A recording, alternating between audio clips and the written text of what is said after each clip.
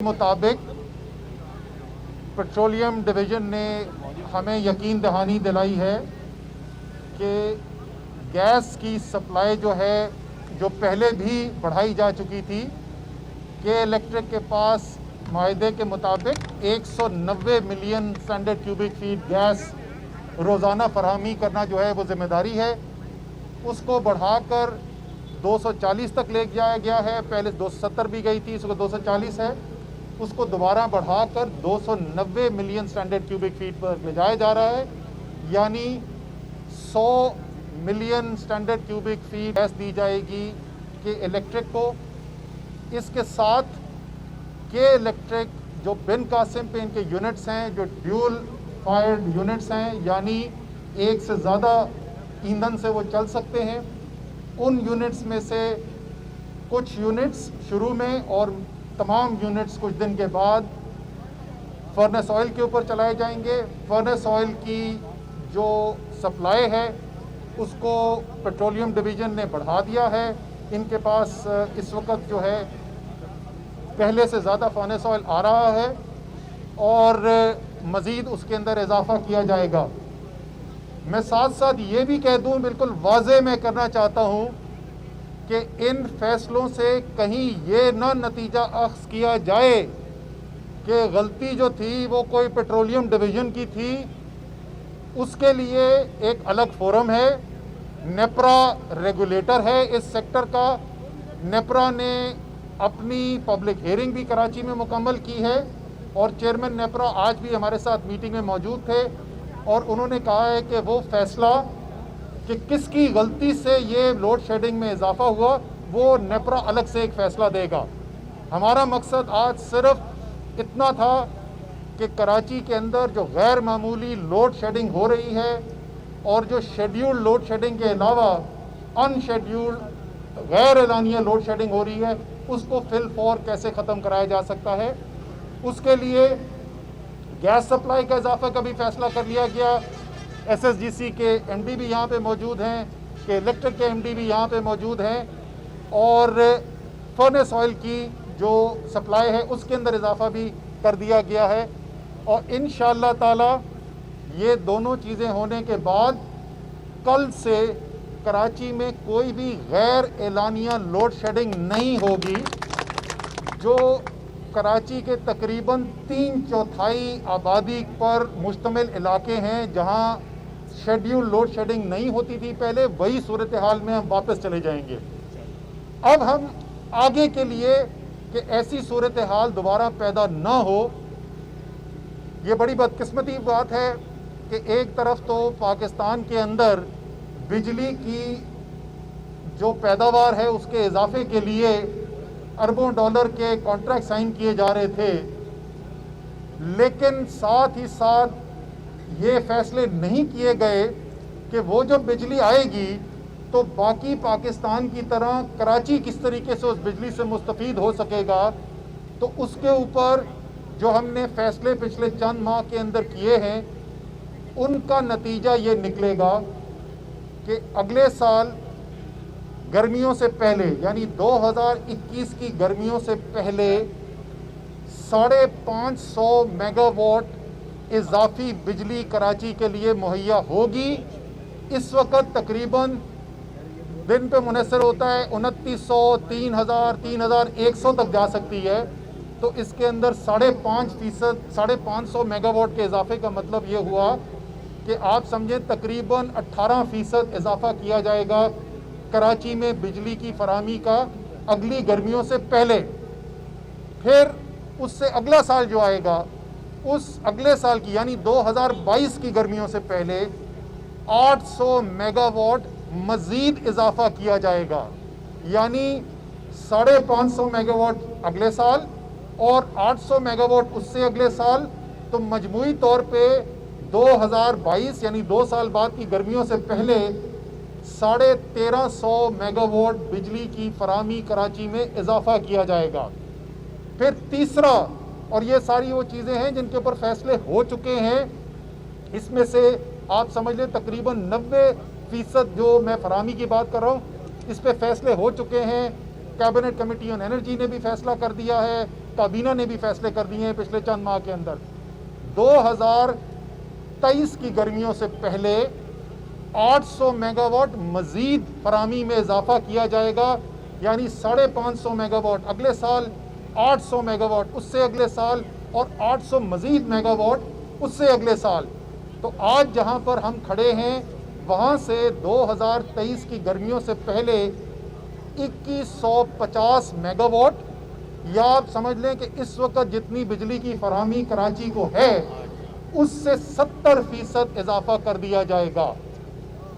ये तमाम फैसले हमने इसलिए किए, और लकी को भी देखना, ये हमने इसलिए किए तमाम फैसले, और जिस सोच के साथ हम फैसला साजी कर रहे हैं वो ये है कि के इलेक्ट्रिक एक निजी इदारा ज़रूर है और कराची के बिजली के निज़ाम को पिछली हुकूमतों ने उसमें निजकारी ज़रूर की है, लेकिन कराची इलेक्ट्रिक प्राइवेटाइज किया गया है, कराची प्राइवेटाइज नहीं किया गया।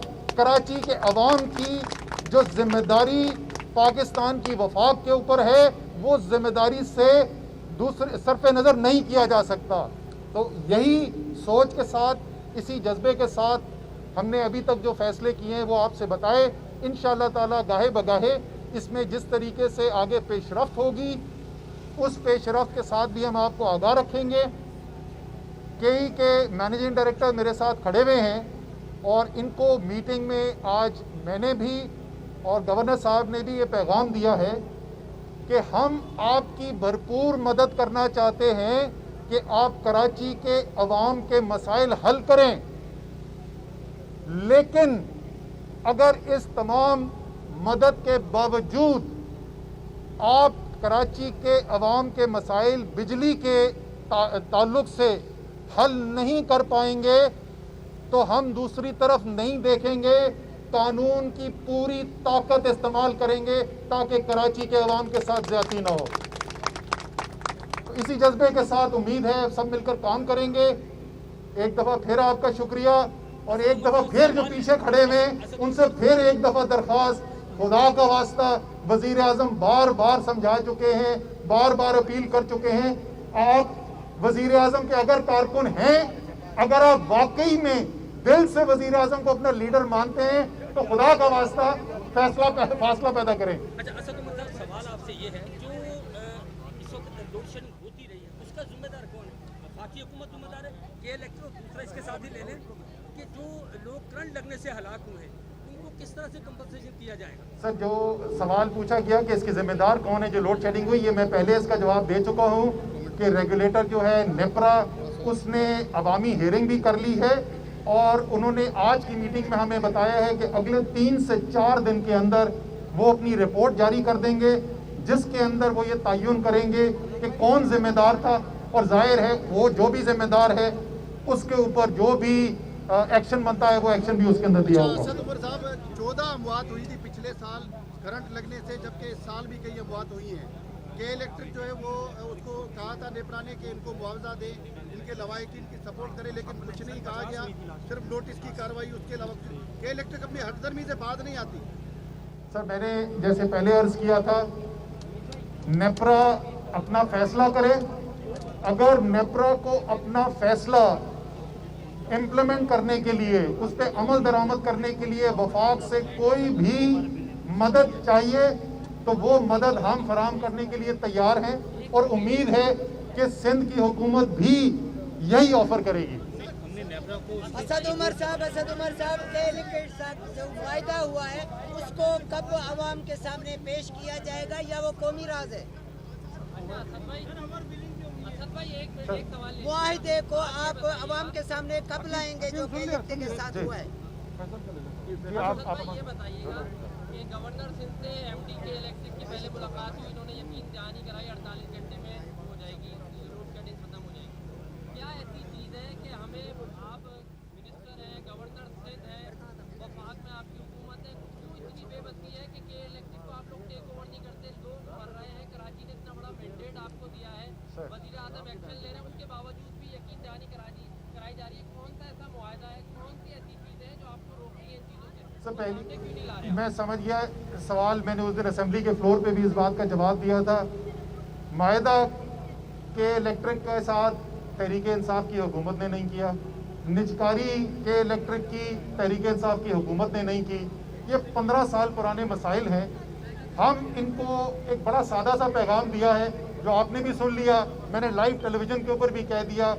मुझे पहले का पता नहीं, लेकिन या के इलेक्ट्रिक जो है हमारे साथ मिलके कराची के अवाम के बिजली के मसाइल हल करेगी, और जिस सूरत में हम इनकी भरपूर मदद करने को तैयार हैं। और या आवाम के सामने सर मुआहिदा कभी सामने नहीं आएगा। अच्छा, ये मायदा पता नहीं क्यों नहीं सामने आया है।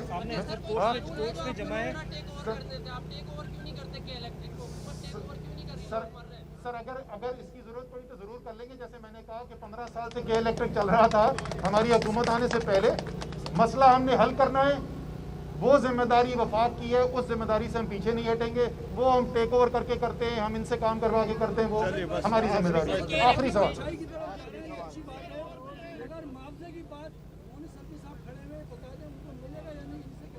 हाँ जी, मोनी सल्वी साहब बताइए जी।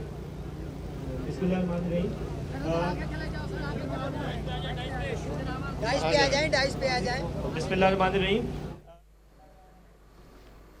वफाकी वज़ीर असद उमर कराची में मौजूद मीडिया से बात कर रहे थे। उनके साथ मौजूद हैं वज़ीर आला सिंध इमरान इस्माइल। इन दोनों ने यहाँ मीडिया से गुफ्तगू करते हुए बड़ा ऐलान किया है कि कल से कराची शहर में गैर एलानिया लोड शेडिंग नहीं की जाएगी। गवर्नर सिंध इमरान इस्माइल ने इस बात का ऐलान किया और उसके बाद गुफ्तगू की गई असद उमर की जानिब से।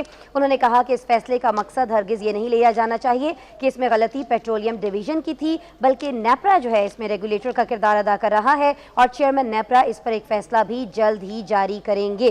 साथ ही साथ आपको बताएं कि गवर्नर सिंध इमरान इस्माइल ने यह भी कहा है कि वज़ीर आज़म पाकिस्तान इमरान खान ने कराची में होने वाली इस लोड शेडिंग का सख्त नोटिस लिया है और तमाम मुतालिका इदारों को यह हिदायत जारी की है कि जल्द अज जल्द कराची से लोड शेडिंग का फौरी तौर पर खात्मा किया जाए। असद उमर का यहाँ कहना यह था कि कराची का 3/4 इलाका जहाँ पहले शेड्यूल्ड लोड शेडिंग नहीं होती थी वहाँ अब भी नहीं होगी।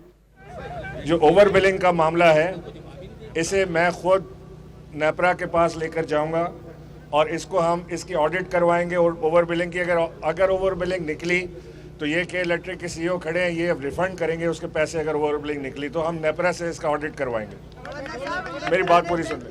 मैं आखिर में मैं यहाँ पे रिक्वेस्ट करूँगा पूरी यहाँ पे जो सारे पार्लियामेंटेरियंस बैठे हुए हैं कई दिनों से, पहले तो मैं इनका शुक्रिया अदा करता हूँ कि इन्होंने कराची की आवाज़ बनकर इस मामले को उठाया।